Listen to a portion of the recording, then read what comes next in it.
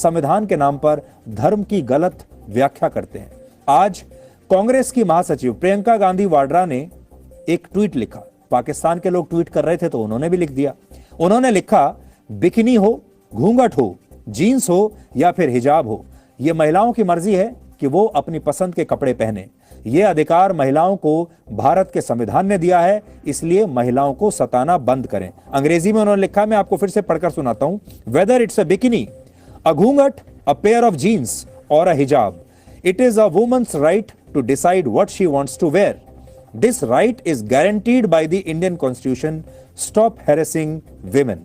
लड़की हूं, लड़ सकती हूं, ऐसा उन्होंने लिखा है। आज जब इस ट्वीट पर प्रियंका गांधी वाड्रा से एक प्रेस कॉन्फ्रेंस के दौरान कुछ कड़वे सवाल पूछे गए तो उन्हें गुस्सा आ गया। अभी आपने कहा कि चुनाव विकास के मुद्दे पर होना चाहिए, आपने बड़ी महत्वपूर्ण बात कही, लेकिन आज सुबह जो आपने हिजाब पे ट्वीट कर दिया, इससे आपकी पूरी विकास की धारा डिमोट हो गई है। अच्छा, क्यों? हिजाब पर बहस चल रही है। अच्छा, क्यों? मैंने हिजाब पे बहस छेड़ी? देखिए, एक महिला का अधिकार है, वो बिकिनी पहनना चाहे, वो हिजाब पहनना चाहे, वो घूंघट लगाना चाहे, वह साड़ी पहनना चाहे, वह जीन्स पहनना चाहे। इसमें कोई राजनीति की बात नहीं है और ना होनी चाहिए। स्कूल में बिकिनी कहां से आ गई प्रियंका जी? हाँ, आप वो शैक्षिक संस्थान की बात है। देखिए, आप गोलमोल करके कुछ भी कह सकते हैं। किसी का अधिकार नहीं है कि वो एक महिला को कहे कि तुम ये पहनो। आपको मैं कह रही हूँ वो स्कार्फ उतारो, स्कार्फ उतारो अपना। आप कहाँ भी जहां भी हो, मुझे क्या अधिकार है आपको ये कहने का? नहीं है, सिंपल।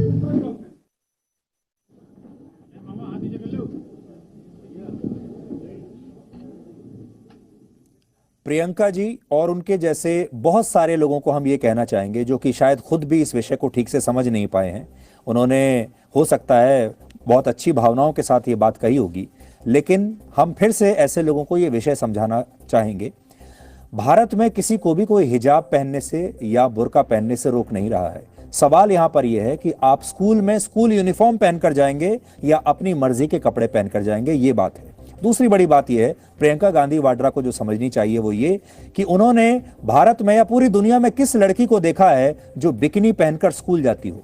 किस लड़की को देखा है जो घूंघट निकालकर स्कूल जाती हो? किस लड़की को देखा है जो जीन्स पहनकर स्कूल जाती हो?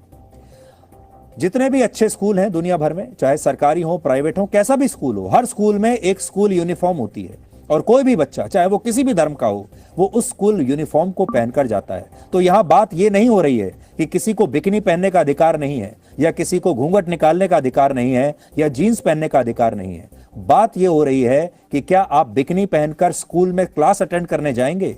क्या आप जीन्स पहनकर स्कूल में क्लास अटेंड करने जाएंगे?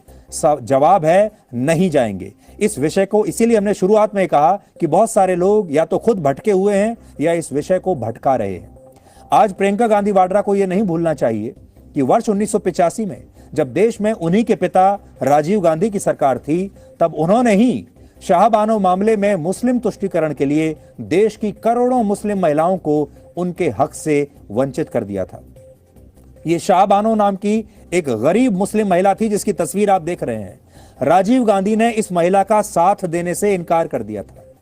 यह महिला इंसाफ मांग रही थी, यह ट्रिपल तलाक की शिकार थी और यह चाहती थी कि इसके पति ने जब इसे तलाक दिया ट्रिपल तलाक के जरिए, तो इसे शादी के बाद भत्ता दिया जाए, और राजीव गांधी ने इसके भत्ते को रोक दिया था।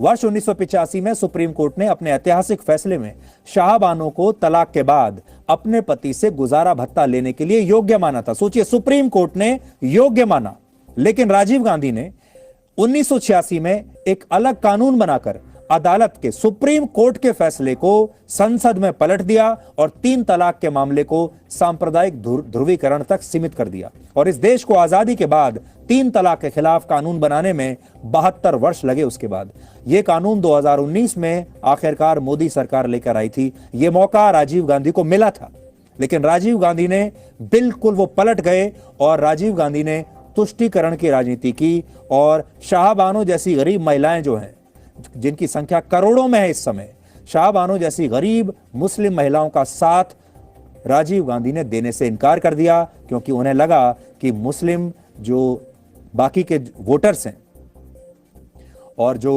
इनके पति हैं वो नाराज हो जाएंगे। आज प्रियंका गांधी वाड्रा से हम ये पूछना चाहेंगे कि क्या ये बात सच नहीं है कि उनके पिता राजीव गांधी की सरकार ने मुस्लिम तुष्टीकरण के लिए करोड़ों महिलाओं को उनके अधिकारों से वंचित रखा और मुस्लिम महिलाओं से ज्यादा मुस्लिम वोटों के लिए मौलानाओं को प्राथमिकता दी।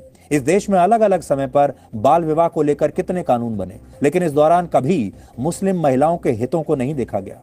क्या प्रियंका गांधी वाड्रा इस बात को आज स्वीकार करेंगी कि उनके पिता से यह गलती हुई थी?